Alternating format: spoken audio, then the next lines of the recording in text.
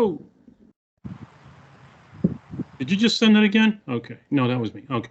Hey, You're live. greetings and salutations. Thank you for joining us. We are on a journey through photography. My name is Kenneth Nelson. I'm here with my good friends, Marc Skinner and Greg Cleghorn. We get together from time to time to discuss one of the things we love the most, and that's photography.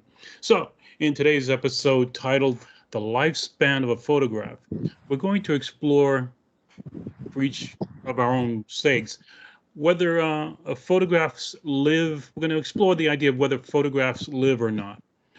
What does that mean? How does a photograph live?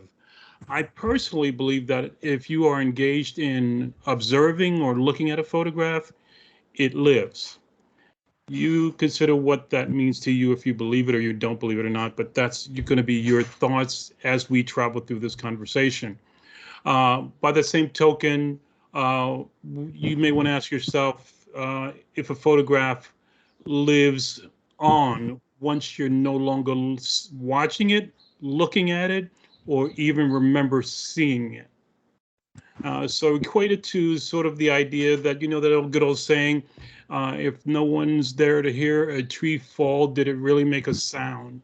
So let's follow on that trajectory for a while and consider that thought as we travel through this conversation, a lifespan in photography. So with that, I'm going to start this out with a question for you.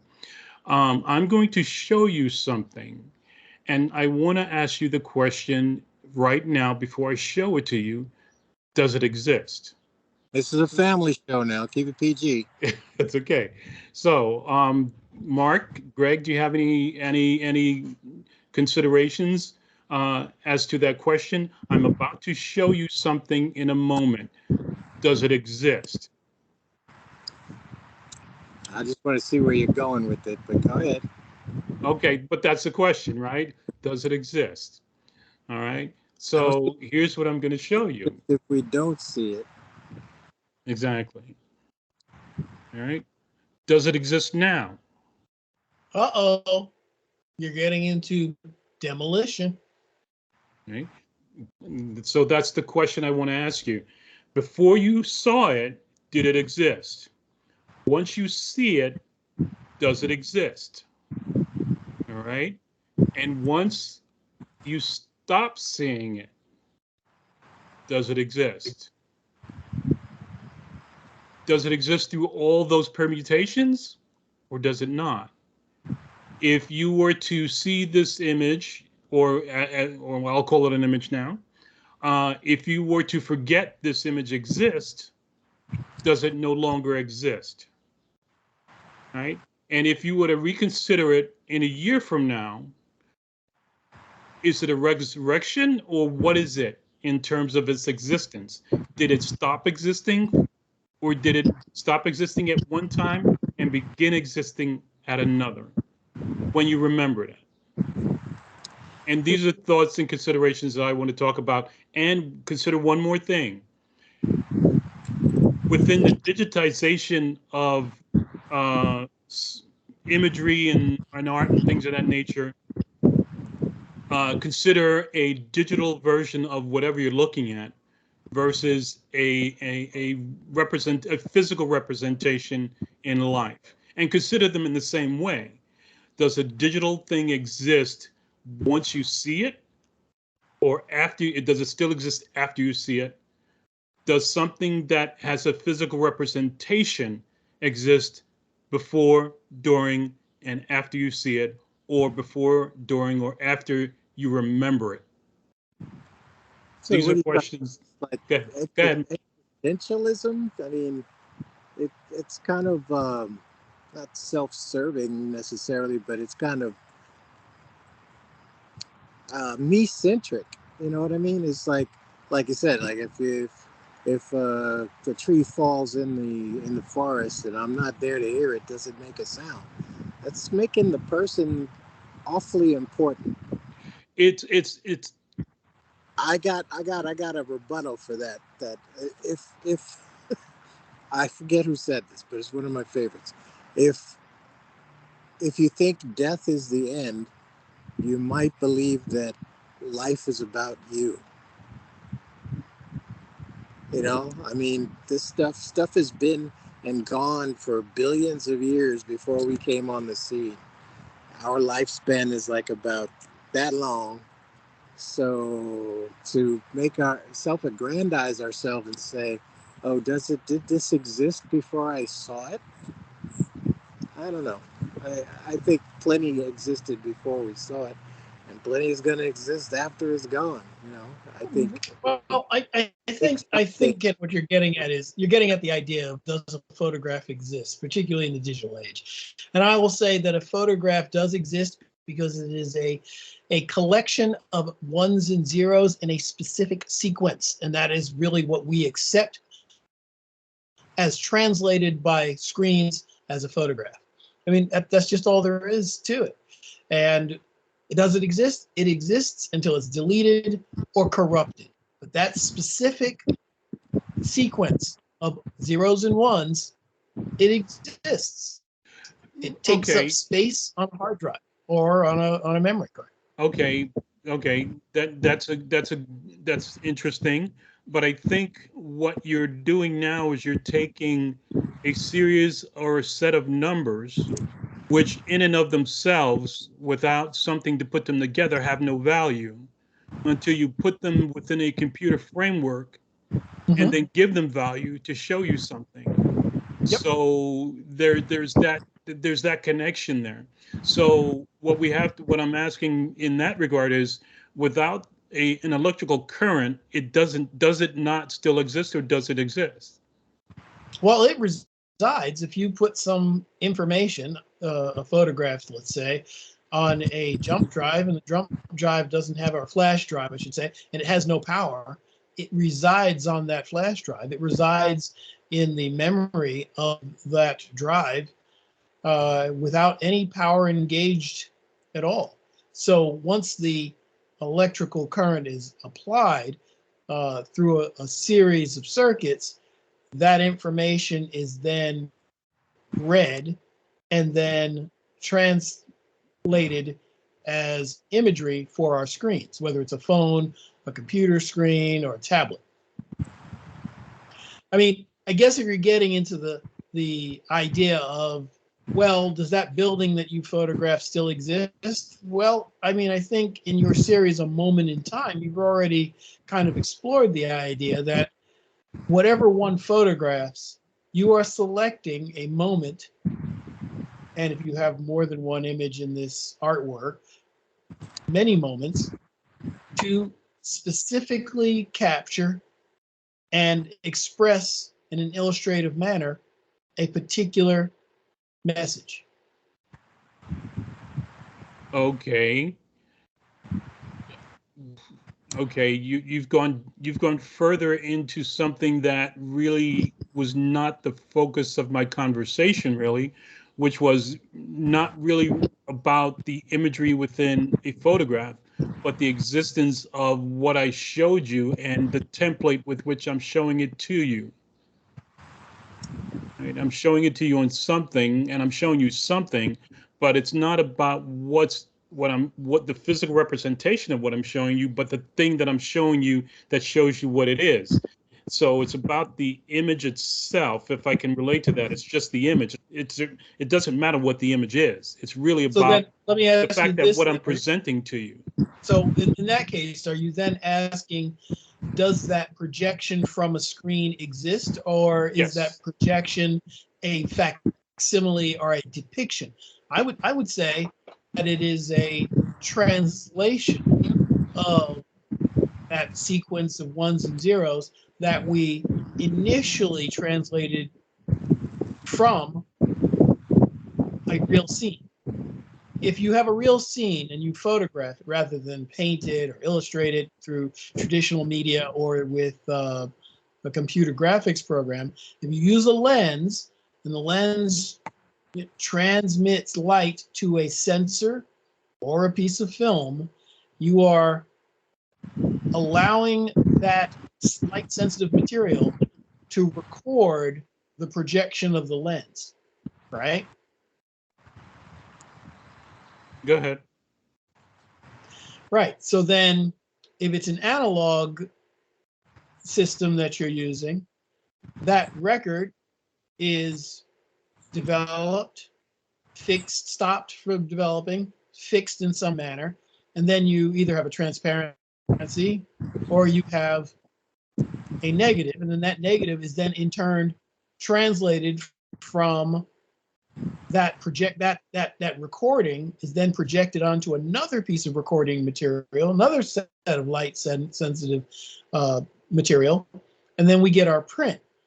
In the digital world, you have the lens translating what light it captures onto a light sensitive what do you call a sensor, right? A light sensor, either CMOS or CDC or whatever, what it goes, CCD rather. And that electronic device then translates those little bits, those photons, into ones and zeros in a specific sequence.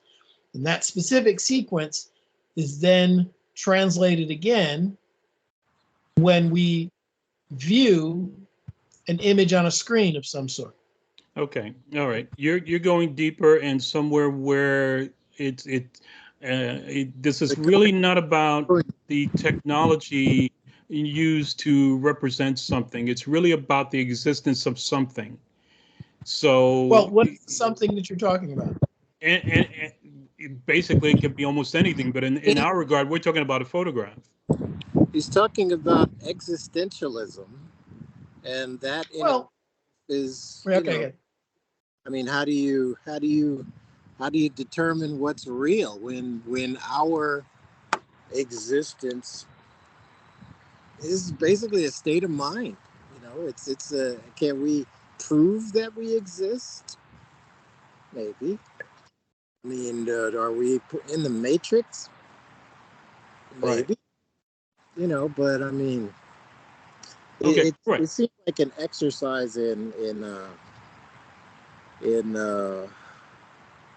existentialism, and that's it's So it's so then let me ask you this then: are you questioning whether or not a photograph is an extension of that possible illusion, or is it a record of the illusion that actually exists, or is it another illusion that is a subset of the first illusion?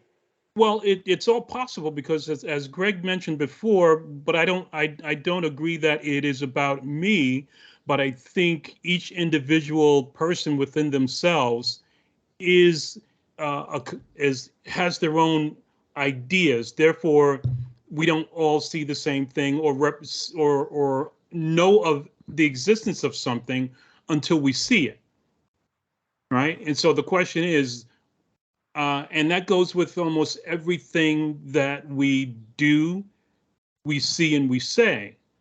but in see the wind, but it exists. Right, but exactly, right. But here's Or another does question, right? But we are we for as far as we know, we exist on this planet called Earth, and there's an assumption that we're not the only ones. We're not the only life form. We're not the only life forms that exist on this planet, and there are life forms that exist elsewhere. We have no factual proof of that, but we assume it. So therefore, we tend to believe it. Right. Right. And I get you. All right, because I'm assuming that I'm actually speaking to the two guys that I went to college with. It's an assumption on my part that all of the technology that I believe is in front of me and exterior to my home is allowing me to communicate with the two of you, the two people that I knew some 30 some odd years ago, Right. in believed to be reality prior to the digital age, is what you're saying. Right. Right. So if we can take favorite movies? What was it? Oh my gosh, I can't. Anyway, the premise of existential came up, and they're like, "Well, how do we know if we are not really sure if we exist?" And they said something. The protagonist's girlfriend, very prophetic teenager, said, "Well, start with where you don't exist and see where that gets you. I mean, I know this is an exercise in, is it the continuation of vision, or what was your Yeah, it's the lifespan of a photograph, right? When does the Well, lifespan of a photograph begin, and when and if does it end? Does it begin and end in your memory, or where, right? If like, and let's take for instance, right? We Vivian Myers, a very famous photographer who only came into prominence in about 2009. She had stashes of photographs stashed away in a storage area, never to be seen the light of day. All right. Did those photographs that she stored away exist then, or did they only come into existence for us when we heard about them? Right. I When did the believe that beginning of I existence believe that for those I photographs believe that begin? each of those photographs began the second that the photographer thought to create the photograph. If that person saw something on the street, because I know who you're talking about, I'm familiar with some of the work, and they decided that that baby carriage had something interesting going on that warranted recording it. That's the instant that the idea, and she's a good example because she felt that her photographs were just for her. She didn't make a point to try to get any publicity, as far as we know, I and they were hidden. along those Good. lines? If let's say, does the photograph exist if they conceived it, photographed it, and the negative was ruined? Does that photograph exist, or is it just in their head, or does it not exist because it was never taken to a fixed print?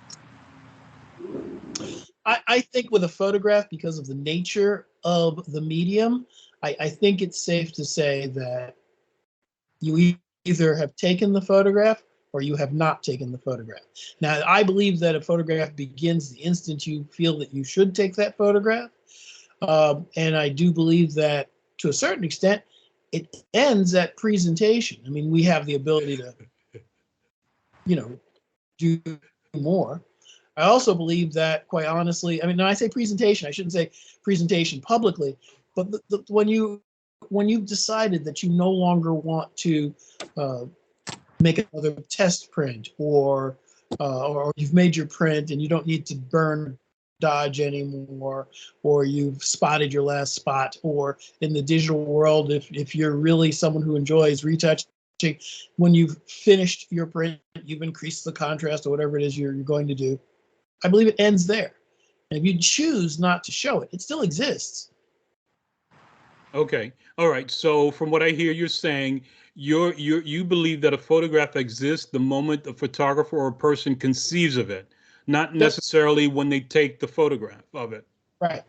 But and I do believe that in order for it to be a photograph must be created. Yeah. I think we all have photographs in our heads that we never took, or things that we believe would have been good photographs, but we never took the photograph. So for us, it's a good memory of what would have been. I think that pretty much explains my position. It's not an actual photograph because we never created it. Okay. That I, sounds a little bit. a photograph that still sticks in my mind, one that I never shot when we were in Israel, Marc, and that I was really starting to get into photography, listening to that, photographic, voice, and it said, "Wait right here," and I stood there with the camera at the ready, cocked and ready to fire, and these two old dudes came to the exact edges of the frame and waved at each other, like held their hands up, like, "Hey," he's like, "Hey," and I was so flummoxed that I couldn't fire the shutter. And that picture sticks in my head to this day. It's like been like 30 some years. So Right. So, but it is a photograph photograph that you photograph wish you had taken. printed. That's what you're saying, or digitally No, well, printed. you've never. here's the thing. In my mind, it's a photograph that was never fully realized. I mean, for you, it's a photograph that's still lit. Realistically, I could create that image. So I just need a Yes, you couple of could. willing people. And then you would have a wonderful story and be able to say that 37 years later, you were able to create this photograph. Excuse me, 38 years later. That would be a wonderful story to say that you did that, and then it's been sitting in your mind for 38 years, and then all of a sudden you said, I have to go either recreate this photo or find this photo.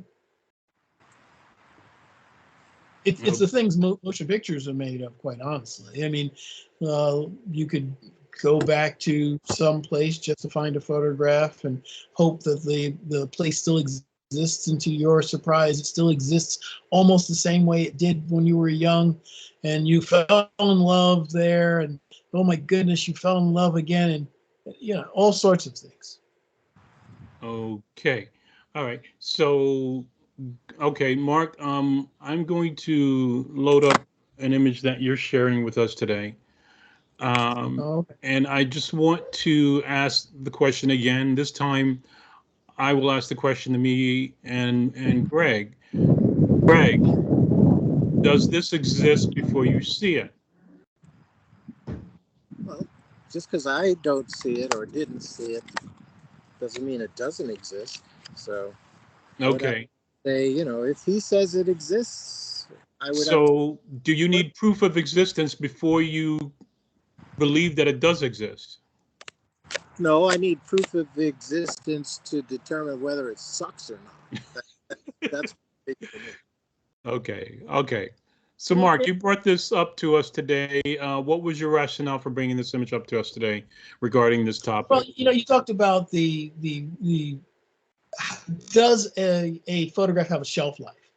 And what I thought about was the fact that if I were the nice folks at Land's End selling this exact same coat, it would have a shelf life based on when a new edition, an improved edition of this particular parka was created and marketed. I photographed this maybe about 4 or 5 years ago. I bought this for one of my kids, and it was, I think the only thing that's retouched is at the bottom. There was a stand for the mannequin that I put it on. It was just a sort of like a broomstick. So that was removed and turned. But everything else, the glow is done with light. The everything else is done with light. The arm sleeves, that's part of what we did with posing it. And I think it would have a shelf life. But for my purposes, just to illustrate that I can photograph a coat on a mannequin and with some sort of actuation, it serves my purpose. Okay, so here's the question for you. All right.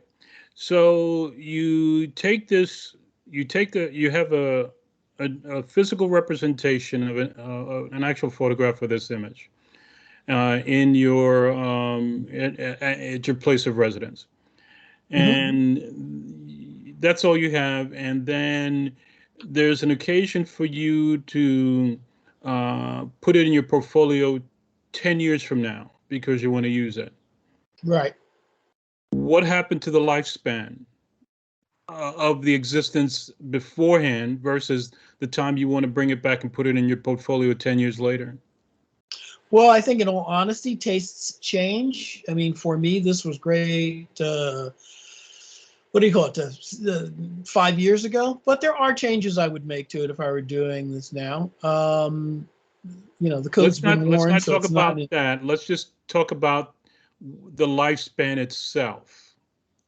What, the image? You mean? What do you mean? The Are you lifespan talking of the about in image, terms of yes. image degradation, or are No, you talking I'm talking about? about. See, are you talking about aesthetically, No, or I'm talking physically? about the photograph, the image itself, not the representation of what you're photographing, nothing like that. Just Oh, you mean the sequence of ones and zeros? if that's the best way you can describe it, yes. Because Well, I I would mean, call it an image or a photograph, right? well, I would say in this case, it's only as permanent as where I've stored those ones and zeros, right? I mean, if I store them on an SD card and keep them in a cool, dry place in my home that never touches water, the light of day, never gets too hot, never gets too cold, it could last indefinitely if I never use that SD card again. right. Or it could be destroyed immediately if that was the last time the SD card was still good. And when I try to open the image, it fails. I mean, so a photograph today, unless it is only as permanent as the permanence of its substrate. So whether that is a Okay. piece of plastic, a piece It'll of be paper, or a piece of what do you call it, silicon, or a hard drive, or a flash drive, solid state drive. That's it. I mean, Okay. what you're talking about is with RAID computing, you have multiple arrays of disks, and they may mirror each other, and so they're replicated all over the place, and they hardly ever fail, and that's why you have the cloud. But no. it exists. Okay. All right. I want to Greg, you say, have something. Go ahead. yeah, because I want to say, because I'm running down. I'm down at 5. An image, because we used to talk about this before and in school. Yeah, if you never show anybody, sure, it's going to be your image, and you're the only one who knows it exists until it is released. But then again, or not again, but then once it's released, it's no longer yours. I may never see that image ever again in life, but it's up here. Just like, we may not have seen all of Ansel's work or Mr. Vanderzee's work. But once the ones that we have seen, there's a record of it. I'm not sure. Can we run on to mine real quick? I just want to show that one image I made black and white. And I just want to say the way that imagery is, it's not yours anymore. Once it's shown, in the existence, I kind of understand, but I kind of don't understand where you're going with this. This is kind of a cool discussion, Ken, but images like any artwork or any art form, once you're the it's like, the king's new clothes. Who's got the nerve to tell him he's naked? you know so you could do the same thing in art. It's like, yes, I've taken all of these wonderful pieces of art, I've made an NFT, pay me. uh he could be great in his own mind. That's wonderful. But I think the permanence is as fleeting as we are, and it's as permanent or as fleeting as memory or the substrate. I Well, mean, the that's mind, the that's mind, it. the That's mind it right there, Greg. So is. let's do this example. Right now we have this image up on the screen, right? Yeah. Okay. So right now we're looking at it. It exists to us, right? Okay. Right now it's living. Okay. For all intents and purposes, it's living in our head. All Okay. right. I take it off the screen now. Yeah. Right. It's no longer visible. Right. In a couple of minutes, you will forget that it exists because you're dealing with other things in your life. You don't remember the image. You don't remember anything about it. Okay. You come back 5 years later, you see the image somewhere, and it recalls a thought. Okay. Did that Okay. image exist for those 5 years? Or did it not? Because you only retained the thought once you saw it again. See, That's I think that's that lifespan I'm talking about. see, Well, I I think think you're because not the photograph. Well, okay, go ahead. right. I was gonna say something, but go ahead. Go there. Okay, I intentionally showed a commercial style photograph because when you are photographing for art's sake, the photograph is the end product. And so to be able to say, well, once it's seen, it belongs to the public, that's very interesting and very idealistic in some ways. But that coat does not belong to everyone. I purchased the coat. My child wore the coat. The child will own. My kid owns the coat, right? And an image, right? An idea of what that coat will look like upon seeing this resides in everyone's head who sees it. They don't own the coat. They don't own the photograph. They're inspired to go to Land's End and pay $234 or $36, whatever it is, to get the newest edition of that same coat. And I'm sure it's even better than the one that we got. That's the way they are. But my point is that if you are selling the idea that the image is all, right, and that it has no function other than to exist, then sure, you can say, well, once it's shown, it belongs, it's already in the memory, and that's fine.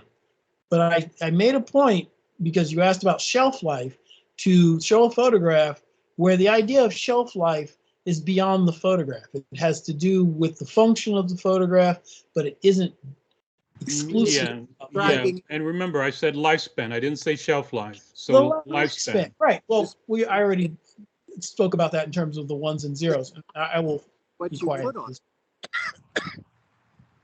Okay. All right. So go ahead. It's whatever they say it is. So. Okay. So, in order to close this down a little bit, because we've gone really deep, more deep than and we've actually took a couple of ways and considerations, and so the discussion's pretty interesting. And we will continue this, in about 3 weeks or so, we're going to have another conversation similar to this one, just a little bit different. Right, but I have one concession though, and I do agree with you that after you've seen that coat, you have seen the coat, you desire the coat, and so you go shopping online or to a store and purchase the coat. And even after you've purchased the coat, there's something about the image that you saw that reaffirms and your correct decision to purchase the coat if you've purchased the coat. That's all I want to say. Yes, it does, because it serves a utilitarian purpose.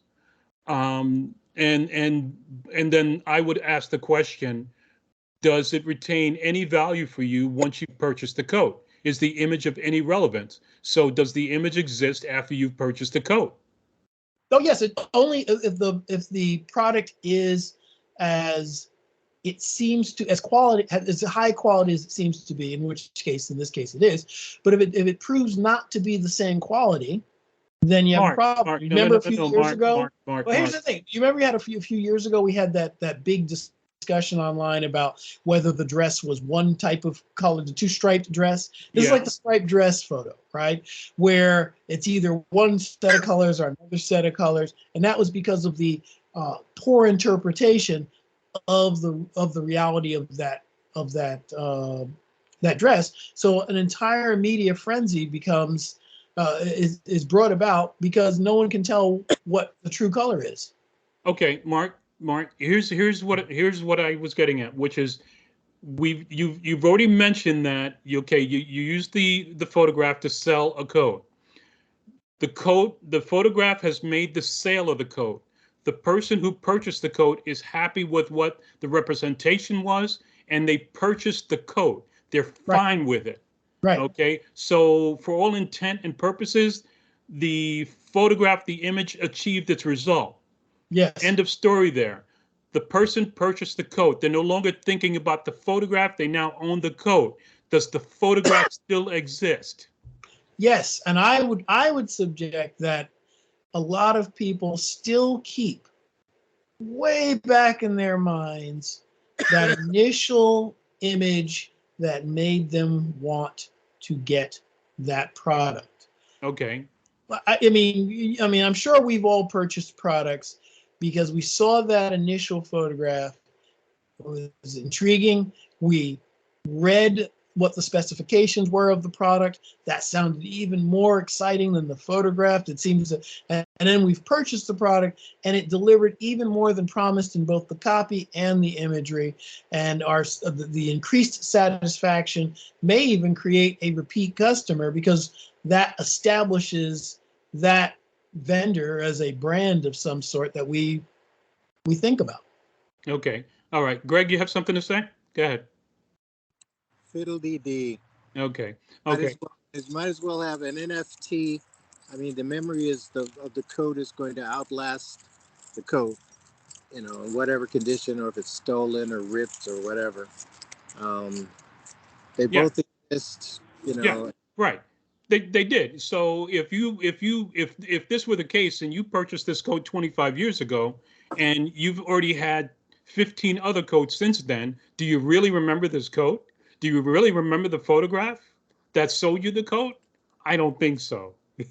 Right? So therefore, that photograph, although physically it may have existed and it may have existed in multiple forms, maybe a slide film, It's and moot. maybe on a sheet of a newsprint or newspaper, right? But if the newspaper is destroyed and the negative is destroyed and the slide is destroyed, does the photograph still exist? So these are other questions that I think people out there can consider, whether a photograph lasts as long, what's the lifespan of a photograph, and this could be, again, anything from a commercial piece to a fine art piece. Most people would probably think that a fine art piece would have a longer lifespan. That's up for debate as to which one would or wouldn't. And it's also in the minds of the individual, whether they've seen an image or not, whether that image has a lifespan. The lifespan begins when you see it. It doesn't begin beforehand for each individual person. And it only exists, from my point of view, as long as it's in your memory. Once you forget it, it doesn't exist at all. That's my point of view. Valid. I understand. I mean, look, I've purchased clothing based on photographs because it's online, and it'll either serve its purpose properly or it won't. I mean, we live in a mail order society these days. When we were kids, you would send maybe coupons or something in and pray that it didn't get lost in the mail somehow. You were surprised if your mail order item actually arrived. Yeah. Hey, Greg, I wanted to give you one last thought about your image and anything you want to say about it, since we really didn't spend that much time on it. I'm so sorry, Greg. I didn't mean to humble. No, don't be. It's an image, and it's like most good photography. It lives on. Once it's seen, it lives. As far as the photographer goes, images live in their head that they may not have anymore, or was destroyed, or was never, because sometimes you shoot stuff and you get something that you didn't expect, you know. But once it's shared with the world, everybody knows the standard of, the great street photographers, or the great portrait photographers, or, the great painters, the girl with the pearl earring, it's a classic. And once it's in that Rolodex, I don't see a good image ever not existing, you know. Um, Maybe with this digital world that we've found ourselves in, that now that AI can reference all of those images and pop out something, new. Maybe we have actually achieved immortality. Well, I mean, that's just the point with AI, right? It isn't new. It's just recreated stock. It's just the ultimate retouching. They take all of these bits and pieces. You hate retouching. Retouching can create a different visual image, different visual story. But you don't even respect retouching in that respect. Well, so maybe I shouldn't say retouching. It's collage work. It's really good collage. So you're saying collage isn't art either? No. But I'm just saying, in terms of calling it a photograph, it's an illustration. It's not a photograph. But that's a different topic. Photo illustration, not a purist straight photograph, But I mean, come on. There's Oh, Kenneth, we can't hear you. art is only We limited we to veered what off the topic of conversation, gentlemen. Yeah. So if we could just bring it back and close it out now. Thank you for What does that. that say? Namaste. Okay. This has been a journey through photography. Namaste. Uh, we thank you for joining us. Please subscribe to the channel. We'd like to hear from you. Leave a comment if you have any questions or thoughts about what we've talked about. Thank you for joining us on this journey through photography. I'm Kenneth Nelson with my good friends Marc Skinner and Greg Clagon. Until next time, ciao.